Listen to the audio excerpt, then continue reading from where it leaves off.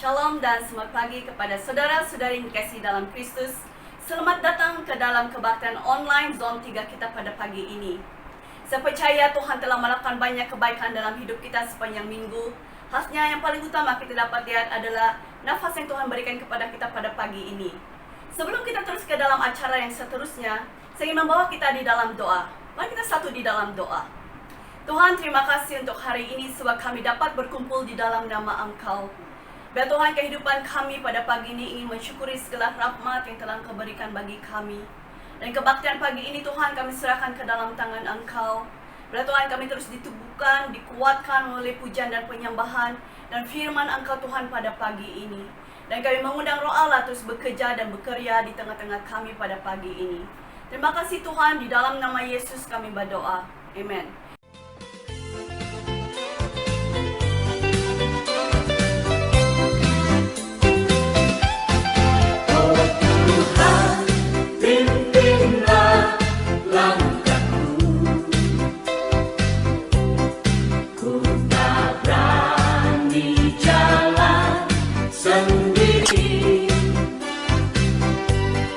Sertamu itulah doa.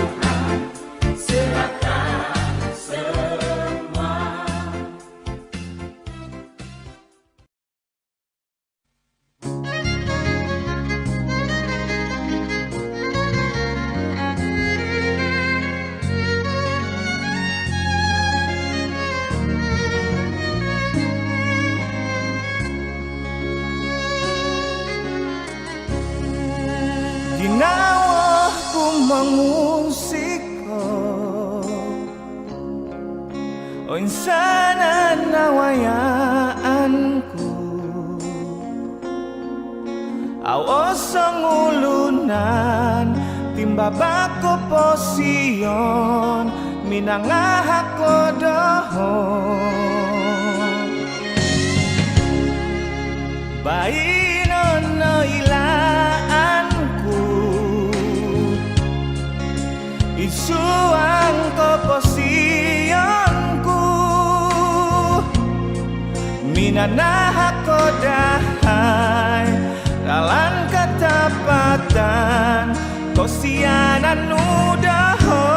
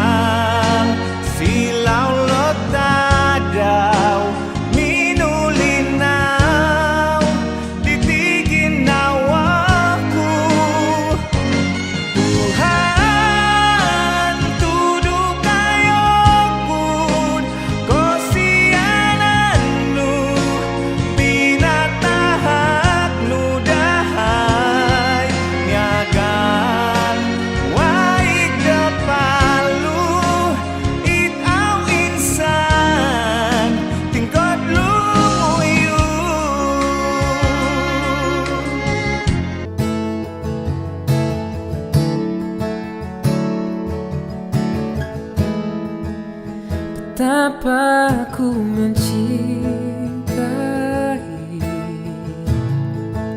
segala yang telah terjadi, tak pernah sendiri jalani hidup ini, selalu menyertai. Betapa ku menyadari di dalam hidupku ini kau selalu memberi rancangan yang terbaik oleh karena kasih.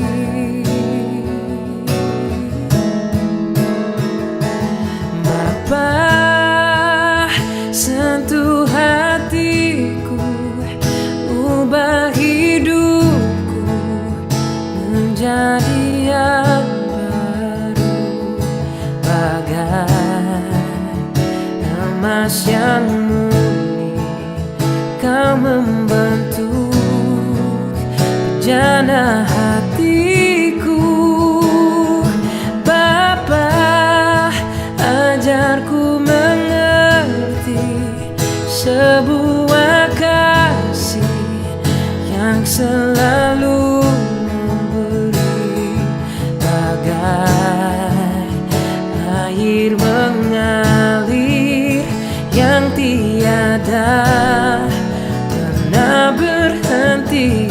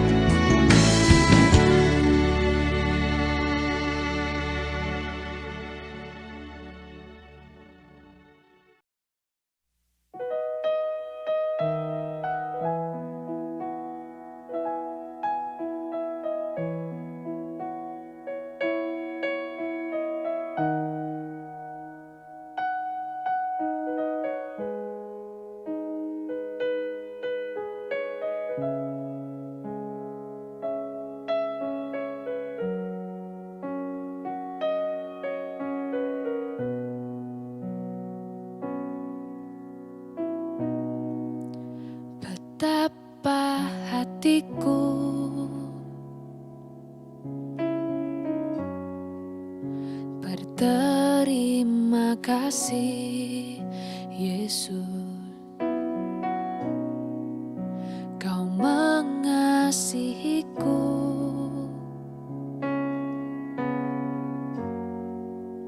Kau memilikiku.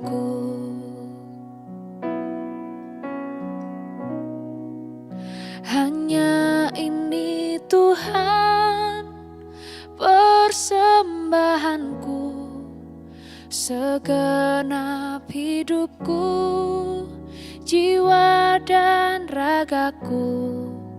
Sebab tak ku miliki harta kekayaan yang cukup berarti untuk ku persembahkan. Hanya ini Tuhan permohonanku, terimalah Tuhan persembahanku. Pakailah hidupku sebagai alatmu seumur hidupku.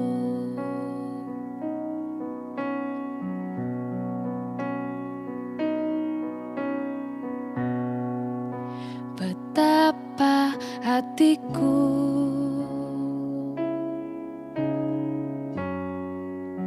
berterima kasih Yesus, Kau mengasihiku.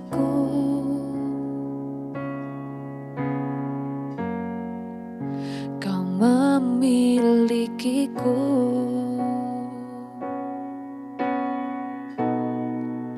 Hanya ini Tuhan persembahanku, segenap hidupku, jiwa dan ragaku. Sebab tak ku miliki harta kekayaan yang cukup berarti untuk ku persembahkan. Hanya ini Tuhan permohonanku, terimalah Tuhan persembahanku. Pakailah hidupku sebagai alatmu seumur hidupku.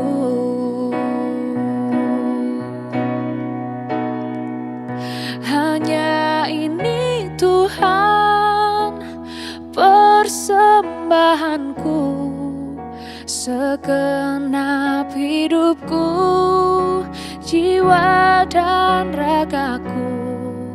Sebab tak ku miliki harta kekayaan yang cukup berarti untuk ku persembahkan.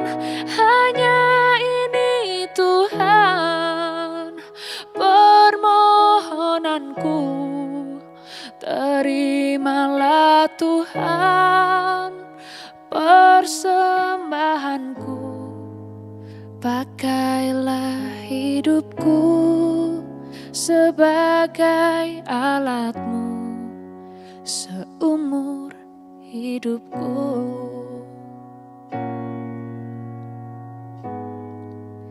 Pakailah hidupku sebagai alatmu seumur hidupku.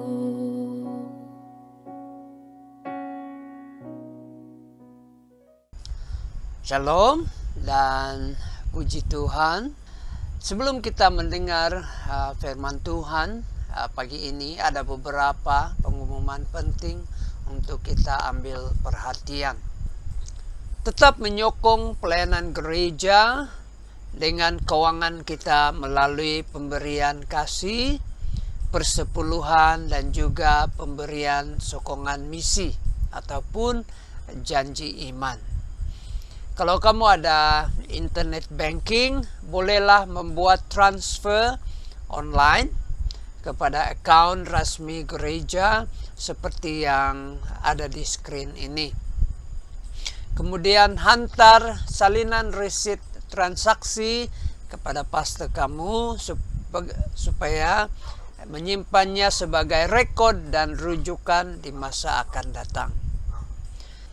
Ada banyak janji-janji Tuhan tertulis dalam Alkitab yang menyatakan akan memberkati anak-anaknya yang mengasihi Dia dan mentaati semua perintah-perintahnya, termasuk persembahan keuangan kita. Gereja kita juga tidak lupa kehidupan rohani anak-anak kecil kita. Setiap minggu jam 11.30 pagi ada kebaktian online khas untuk anak-anak kita. Jadi kami mendorong supaya semua ibu bapa untuk menyediakan handphone, laptop, atau TV supaya anak-anak kita dapat mengikuti kebaktian online ini. Dan tolong ambil gambar mereka ketika mereka sedang menonton dan hantar gambar itu kepada pastor kamu supaya itu menjadi dorongan kepada guru-guru sekolah minggu yang terlibat dalam pelayanan penting ini. Haleluya. Amin. Ambil masa membaca renungan Alkitab yang banyak di internet. Saya dorong kita pilih satu saja, tidak perlu banyak-banyak. Dan untuk pengetahuan kita semua, gereja kita pun ada setiap hari dan boleh dibaca melalui Facebook Calvary Charismatic Center BM. Jadi kalau kamu ada Facebook, bolehlah cari Calvary Charismatic Center BM, like dia, kemudian selalulah tiap-tiap hari boleh membaca renungan yang dipost di situ. Ini penting supaya kita tidak mati kelaparan secara rohani sebab tidak diberi makan. Bukan makanan tidak ada, tetapi tidak mau makan. Shalom jemaat yang dikasihi Tuhan, juga saudara yang menyaksikan dan bersama-sama beribadah di rumah masing-masing secara online. Hari ini kita bersyukur karena kita bisa memulai ibadah on-site di gedung gereja walaupun dalam jumlah yang sangat terbatas untuk para pelayan Tuhan. Tapi saya percaya kita yang datang sehat, pulangnya juga sehat. Bahkan kalau ada yang sakit disembuhkan oleh Tuhan. Hari ini saya akan menyampaikan firman dengan judul Bahagia di Tengah Problema. Yakobus 1 ayat 2-4 berkata demikian. Saudara-saudaraku, anggaplah sebagai suatu kebahagiaan apabila kamu jatuh ke dalam berbagai-bagai pencobaan. Sebab kamu tahu bahwa ujian terhadap imanmu itu menghasilkan ketekunan. Dan biarkanlah ketekunan itu memperoleh buah yang matang supaya kamu menjadi sempurna dan utuh dan tak kekurangan suatu apapun. Saya percaya kita semuanya merindukan kebahagiaan dalam hidup ini. Apa gunanya kita memiliki umur yang panjang tapi hidup dalam kepahitan, hidup dalam kepedihan, hidup di dalam permusuhan satu dengan yang lain. Tetapi pertanyaannya, apakah yang dimaksudkan dengan kebahagiaan itu? Saya membaca Kamus Besar Bahasa Indonesia untuk menemukan definisinya. Bahagia menurut kamus artinya keadaan atau perasaan senang dan tentram, bebas dari segala yang menyusahkan. Dan karena bahagia erat hubungannya dengan damai sejahtera, saya juga menyelidiki kata damai yang artinya tidak ada perang, tidak ada kerusuhan, aman. Sejahtera juga bermakna aman, sentosa dan makmur, selamat, terlepas dari segala macam gangguan. Intinya kebahagiaan artinya tidak ada problema, semuanya aman dan nyaman. Jika itu definisinya, mana ada di dunia ini kondisi yang aman, nyaman, makmur, tidak ada problema. Berarti kalau lihat definisi ini, kebahagiaan adalah sesuatu yang tampaknya mustahil kita bisa alami. Beberapa orang juga menganggap kebahagiaan artinya banyak uang. Kebahagiaan artinya sukses di dalam karir. Kebahagiaan juga artinya ketenaran. Tapi benarkah demikian? Jika kebahagiaan adalah ketenaran, banyak uang dan karir yang hebat, maka ternyata banyak pengusaha yang sukses dan juga banyak artis yang ternama yang followernya di Instagram bisa sampai jutaan orang, nyatanya tidak bahagia. Beberapa bahkan mati bunuh diri. Saudara, rupanya pandangan dunia tentang kebahagiaan sangat berbeda dengan pandangan Alkitab tentang kebahagiaan. Kalau dunia menganggap kebahagiaan adalah tidak ada masalah, justru Alkitab memandang kita masih bisa tetap berbahagia ketika ada problema bila kita melihat kesulitan adalah proses untuk membentuk karakter kita menjadi lebih serupa seperti Kristus. Alkitab tadi berkata, anggaplah sebagai suatu kebahagiaan kalau kamu jatuh ke dalam berbagai-bagai pencobaan. Karena itu akan menghasilkan ketekunan dan itu akan menyempurnakan engkau. Engkau akan memiliki buah yang matang. Dari ayat ini saya memahami bahwa ternyata yang penting dalam hidup ini bukan apa yang terjadi kepada kita. Masalah-masalah luar yang datang mendera kita misalnya. Tetapi yang penting adalah respon kita terhadap apa yang terjadi.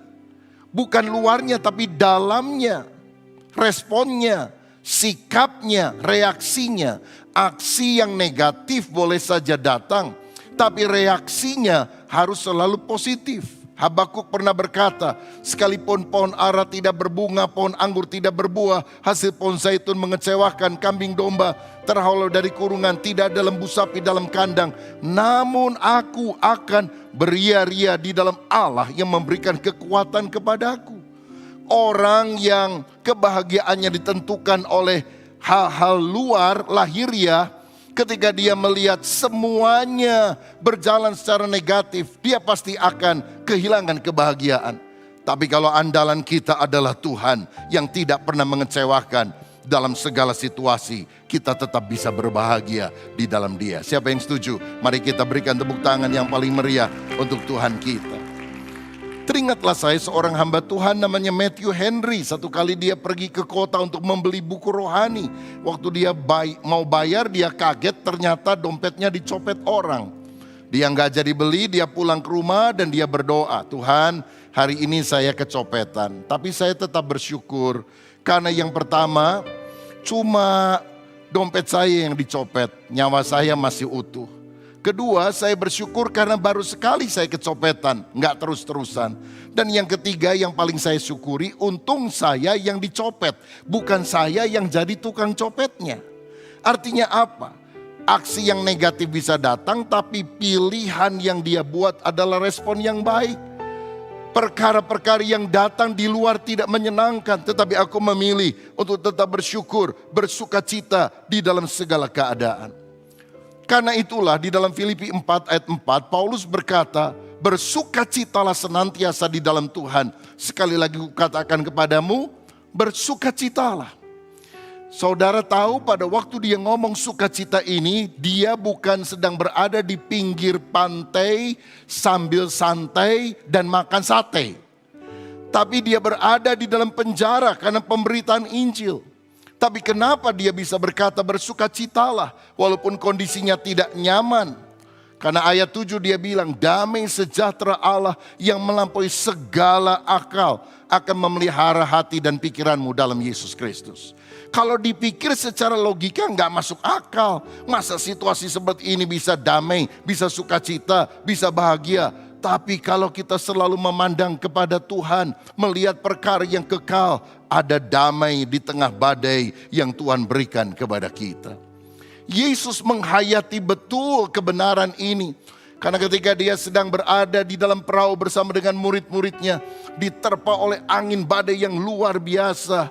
Yang lain ketakutan hampir mati, berteriak menjerit-jerit. Apa yang dilakukan oleh Yesus? Dia tidur di buritan. Saudara, ini bukan damai karena tidak ada badai. Ini damai di tengah badai. Kenapa Yesus bisa tidur? Karena dia tahu Bapa Surgawi memelihara dia dengan sempurna. Kalau belum waktunya Tuhan, saya mau katakan selembar rambut tidak akan jatuh dari atas kepala kita. 1000 bisa rebah di sebelah kiri, 10.000 rebah di sebelah kanan, kita akan tetap berdiri oleh anugerah Tuhan. Saudara, kita harus percaya Bapa Surgawi mengendalikan semuanya, sehingga kita bisa tetap tenang, teduh, berbahagia di tengah badai kesulitan. Pertanyaan pentingnya sekarang bagi kita yang berada di dalam masa pandemi semacam ini, bisakah kita berbahagia ketika krisis kesehatan karena COVID-19, ketika krisis ekonomi, ketika krisis sosial sedang melanda dan mencengkram dunia? Bagi dunia jawabannya tidak bisa, karena bahagia artinya tidak ada problema, dan itu sesuatu yang tidak mungkin. Tapi bagi kita anak-anak Tuhan, bisakah kita berbahagia di tengah masa pandemi ini? Jawabannya adalah tegas, ya. Kalau kita yakin kebahagiaan sejati itu bisa kita alami melalui 4 hal ini. Yang pertama, kebahagiaan sejati dialami bila kita bisa bersyukur. Kondisi luar mungkin tidak terlalu nyaman, tapi kalau kita tetap bisa bersyukur, kita tidak akan kehilangan kebahagiaan. Amin saudara. 1 Tesalonika 5 ayat 18 berkata, mengucap syukurlah di dalam segala hal, sebab itulah yang dikehendaki Allah di dalam Kristus Yesus bagi kamu. Mengucap syukur dalam segala hal, bukan karena segala hal. Bedakan hal ini. Kita tidak mengucap syukur karena dirampok orang. Kita tidak mengucap syukur karena usahanya bangkrut. Kita tidak mengucap syukur karena sakit keras.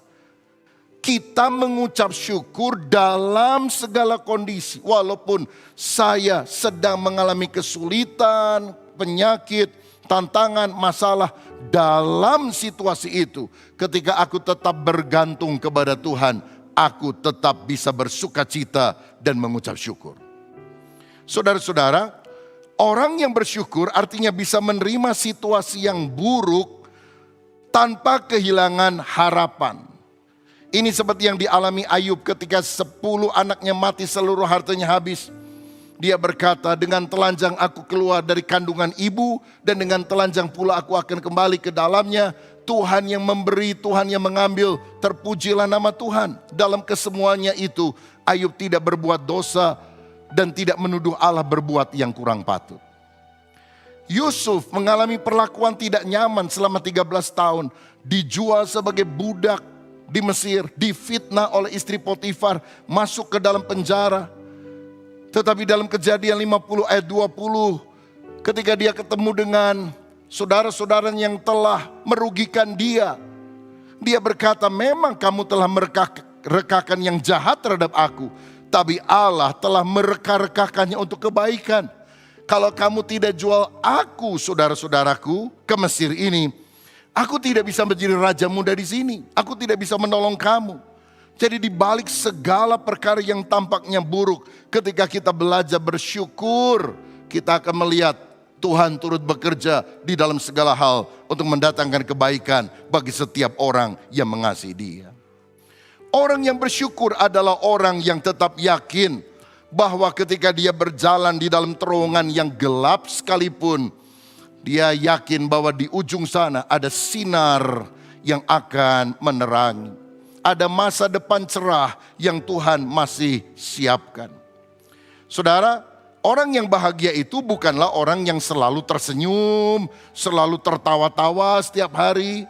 Tapi orang yang berbahagia adalah orang yang bisa menerima kenyataan yang pahit.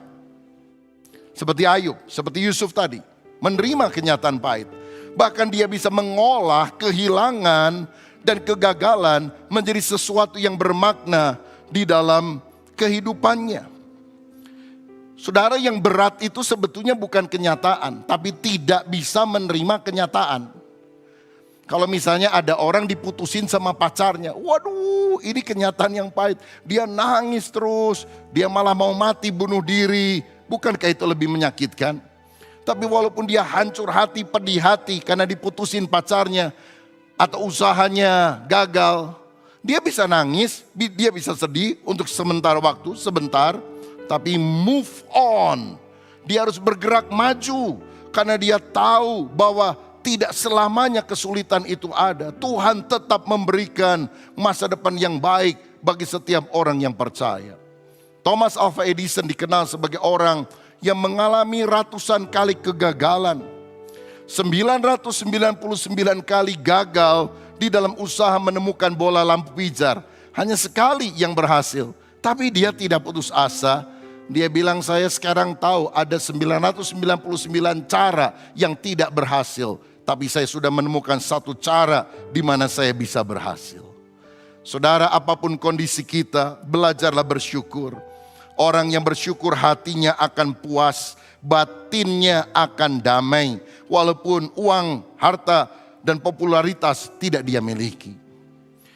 Tahukah saudara bahwa menurut Persatuan Bangsa-Bangsa, ini sudah beberapa tahun, negara yang dianggap paling bahagia di dunia adalah Finlandia. Finland dengan ibu kotanya Helsinki. Tahun lalu saya pergi ke sana. Karena mereka mengukurnya dari berapa kekayaan mereka, berapa GDP, berapa pendapatan per kapita, bagaimana kesehatan masyarakat, bagaimana level korupsi yang rendah ada di sana. Tapi tahukah saudara, ada sebuah negara di Asia yang sudah bertahun-tahun dianggap sebagai negara yang paling berbahagia di Asia, bahkan ada yang menganggapnya di dunia. Dan cara penghitungannya berbeda dengan yang dilakukan oleh PBB, tidak mengukur berapa kekayaan orang.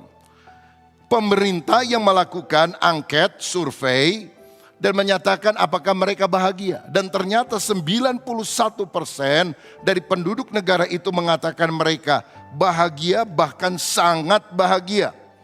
Yang dihitung bukan GDP per kapita, Gross Domestic Product, tapi GNP Index, yaitu Gross National Happiness. Jadi di sana itu ada pelayanan ministry untuk menyelidiki apakah orang bahagia, happy enggak di negara tersebut. Bhutan adalah negara tersebut. Terletak di pegunungan Himalaya dan mereka tidak mengukur kebahagiaan dari kekayaan, tidak mengukur kesuksesan itu dari berapa banyaknya uang yang dihasilkan dalam bisnis, tapi apakah bisnis ini bisa digunakan untuk menolong orang lain atau tidak? Bisa bantu yang kekurangan? Tidak. Mereka adalah negara yang memiliki rasa persaudaraan yang sangat baik, rukun, tidak ada diskriminasi. Mereka memiliki kecintaan kepada alam, tidak suka membabat hutan, merusak lingkungan. Dan mereka adalah negara yang sangat menekankan atau menjunjung tinggi kesederhanaan di dalam hidupnya. Dari sini saya belajar satu hal, bahagia itu ternyata sederhana, jangan dibikin ribet. Bahagia itu bukan berarti kalau kita punya baju bagus, mobil mewah, tas mewah, sepatu branded. Tetapi bahagia itu adalah kalau kita masih diberi anugerah oleh Tuhan untuk hidup dan bisa menikmatinya, bisa mengucap syukur. Kalau hari ini kita bisa bernafas, masih bisa beribadah, memuliakan nama Tuhan, Tuhan baik. Belajarlah bersyukur kepada Dia, karena itulah kunci dari kebahagiaan. Siapa yang setuju dengan saya? Berikan kemuliaan yang paling meriah untuk Tuhan kita. Yang kedua, kebahagiaan sejati itu tetap kita bisa miliki, bahkan di tengah problema, bila kita bisa mencukupkan diri. Filipi 4 ayat 11 dan 12, Paulus berkata, kukatakan ini bukanlah karena kekurangan, sebab aku telah belajar mencukupkan diri dalam segala keadaan. Aku tahu apa itu kekurangan dan aku tahu apa itu kelimpahan. Dalam segala hal dan dalam segala perkara tidak ada sesuatu yang merupakan rahasia bagiku, baik dalam hal kenyang maupun dalam hal kelaparan. Paulus berkata, aku pernah kenyang, hidup dalam kemewahan, aku juga pernah hidup di dalam kekurangan, tetapi aku tetap bahagia karena aku sudah menemukan kuncinya, belajar mencukupkan diri. Hidup berpada dengan apa yang ada, tidak besar pasak daripada tiang.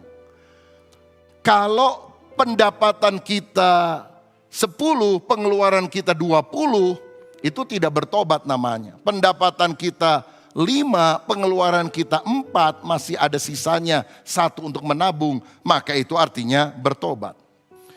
Jadi bahagia itu bukan karena harta yang berlimpah, tapi bisa mencukupkan diri kita. Bisa berkata enough is enough.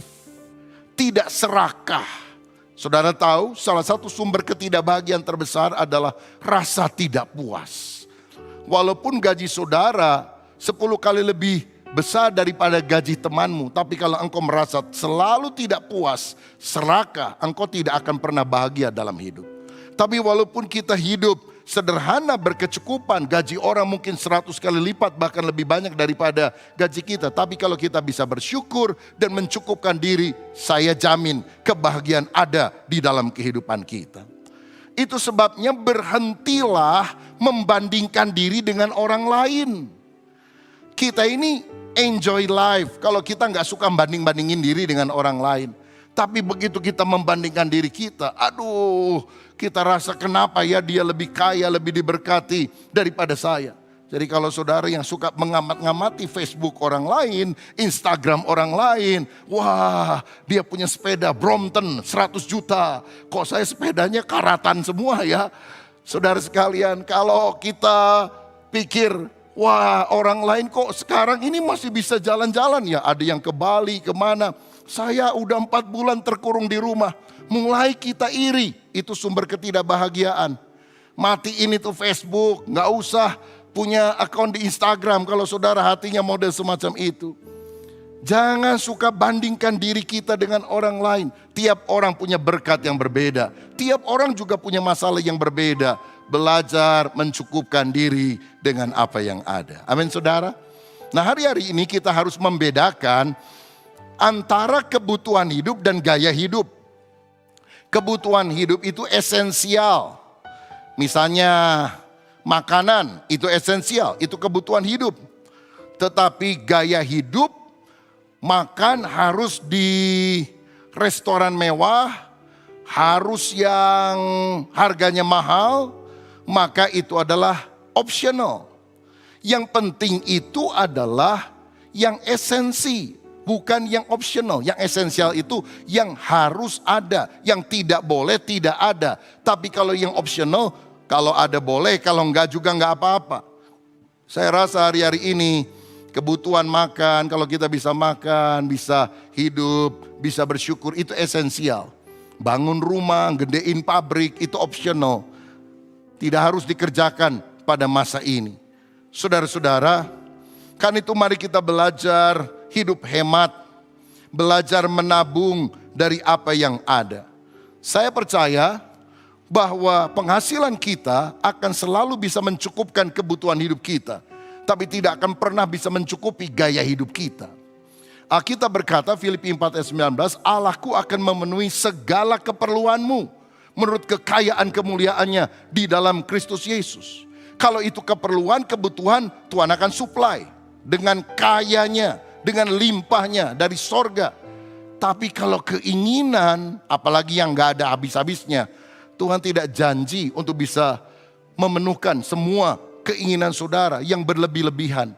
Karena itu adalah gaya hidup. Saudara, mari kita hidup berpada dengan apa yang ada, yang penting kebutuhan hidup dan bukan gaya hidup. Belajar mencukupkan diri, dan dalam kaitan ini ada satu poin yang sangat penting. Bukan hanya belajar mencukupkan diri, hemat dan menabung, tetapi Kisah Rasul 20 ayat 35, ini perkataan Tuhan Yesus sendiri yang tidak dicatat dalam kitab Injil, tapi dicatat oleh Lukas di dalam Kisah Para Rasul. Adalah terlebih bahagia memberi daripada menerima. Saudara, ini yang Tuhan katakan. Lebih bahagia memberi daripada menerima. Tangan di atas selalu lebih mulia dari tangan di bawah. Pada masa kesulitan ini, coba engkau lihat orang-orang yang lebih menderita daripada kita. Ulurkan tangan, mungkin memberi makan siang, memberi sembako, memberikan bantuan. Saudara akan rasa kebahagiaan itu mengalir karena kita bisa menjadi saksi daripada kasih Kristus. Apakah kita bisa bahagia di tengah problema? Ya, bila kita bisa mengucap syukur dalam segala keadaan. Dan bila kita bisa mencukupkan diri, bahkan bisa memberi. Yang ketiga, kebahagiaan sejati akan dialami oleh orang yang bisa mengampuni. Orang yang menyimpan dendam sulit bahagia. Orang yang belajar mengampuni dan memaafkan, hatinya akan plong, luas, dan dia akan mengalami kebahagiaan. Dalam Mazmur 32 ayat 1 firman berkata, berbahagialah orang yang diampuni pelanggarannya, yang dosanya ditutupi.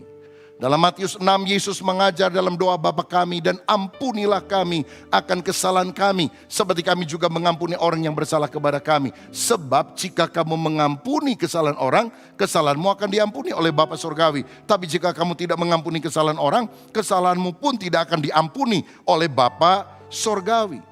Saudara, dari ayat ini jelas kita melihat bahwa orang yang bahagia adalah orang yang dosanya diampuni oleh Tuhan. Saudara percaya dosamu sudah diampuni oleh Tuhan? Ketika kita beriman bahwa Yesus adalah juru selamat kita, segala dosa, segala kutuk sudah ditanggung oleh Yesus. Dan pengampunan itu mengalir dalam kehidupan kita. Tetapi kebahagiaan sejati, pengampunan sejati harus dibagikan kepada orang lain. Dan wujudnya bahwa kita benar-benar diampuni Tuhan adalah kalau kita dimampukan untuk mengampuni orang lain. Dengan kata lain, kalau kita tidak mau mengampuni orang lain, itu adalah tanda yang jelas bahwa kita tidak pernah menerima kasih Allah. Sebab orang yang menerima kasih Allah, dia bisa menyalurkan dengan cara mengampuni orang lain. Tapi orang yang memegang kesalahan orang lain dan tetap bertekad untuk membalas dendam adalah orang yang tidak pernah mengalami kasih Allah. Karena Roma 5 ayat 5 berkata, karena kasih Allah telah dicurahkan di dalam hati kita oleh Roh Kudus yang telah dikaruniakan kepada kita. Jadi kalau Roh Kudus menjamah kita, wujud yang paling nyata adalah kasih Allah akan mengalir dalam hidup ini. Apa cirinya orang penuh Roh Kudus? Apa cirinya orang benar-benar lahir baru? Bukan sekedar berbahasa roh, saudara. Tetapi Alkitab berkata, kasih Allah dia alami dan kasih Allah dia bisa salurkan kepada orang lain. Jadi kalau engkau masih menyimpan dendam, tidak mengampuni orang lain, jangan-jangan itu adalah tanda yang jelas bahwa engkau sendiri tidak pernah diampuni oleh Tuhan. Tidak pernah menerima kasih Allah, tidak pernah lahir baru. Saudara, bukalah hatimu supaya Tuhan sungguh menjamah dan mengubah hidup kita. Dalam Matius 18, Yesus memberikan sebuah perumpamaan. Ada seorang raja yang melihat ada hambanya yang berutang 10.000 talenta. Tapi karena belas kasihan dia mengampuni. Tetapi ketika hamba ini dibebaskan dan dia lihat ada temannya yang hutang 100 dinar saja, dicekek, dimasukkan dalam penjara sampai dia bisa melunasinya. Sehingga raja itu menjadi sangat marah dan menangkap orang itu, dan orang itu disiksa oleh para algojo. Saudara tahu menurut kamus Alkitab 1 talenta itu 6.000 dinar. Pada upah orang kerja sehari pada waktu itu cuma 1 dinar.